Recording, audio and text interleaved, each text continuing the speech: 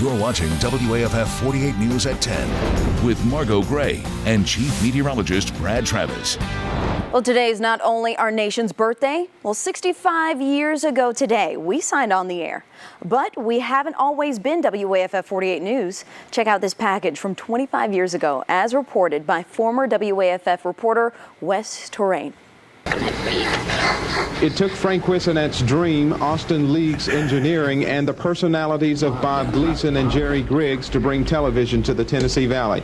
They operated from the Mutual Savings Building in historic downtown Decatur. They worked up into the last hours before sign-on to actually get the station on the air. Neither one of us had any TV experience, and we worked all night the day before we went on. And then all day, we knew that we had to stay with it. There were no previous shoes to fill, no competition to worry about.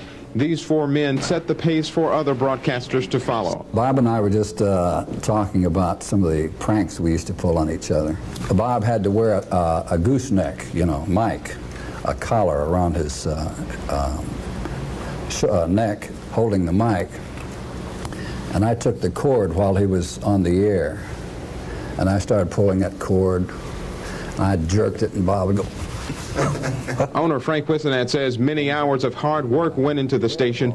In fact, he says he worked more than 100 hours a week until his doctor ordered him to slow down. He told me, he says, when you get back, says, get you a chair, big chair, and at noon you got to get an hour's rest. If you don't get some rest, you're not going to be able to come see us or anybody else.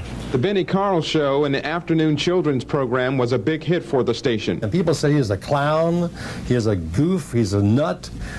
But I think the children thought I was just a good friend. But in 1968, the competition was getting tough. There were two other TV stations in Huntsville, and in order for Channel 23 to remain a network affiliate, it had to reach more people in the Tennessee Valley. They said, no, you don't have a mountain in Decatur. You bring it to Huntsville, where there's a big, tall mountain called Montesano, and you say yes, and put it on that mountain, and we will change your frequency from 23, you will become 48. And we said to the FCC, yes, sir. But as the program went to Huntsville and we bought the brand new color equipment, then this became the Benny Carl Show. Shortly after the move, the station operated as WYUR, but in later years changed ownership and call letters to WAFF. And you thought you'd never make it.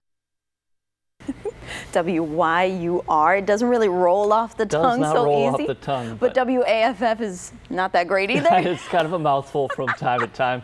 Get a load of this right here. Yeah. The old logo, too. A lot of history. Well, 2019, but wait, by the way, that footage was from 1994. And 2019 also marks 40 years since we moved into the building on Montesano in Huntsville. A tragic fire, though, in 1982 destroyed our studios, and we then moved to our current location right here along the Parkway in an old jewelry store. A lot of locals will know and remember that. Yep. So. We still have the safe, by the way. That is our storm shelter. It is from the jewelry store. So, a little WAFF trivia for you tonight. 65 years, glad to be part of that history, too. I know. But, yeah, how about that? July 4th, signed on all those years ago, and here we are, July 4th. It's incredible. 2019. Well, I'm glad that the storms cooperated. I know a couple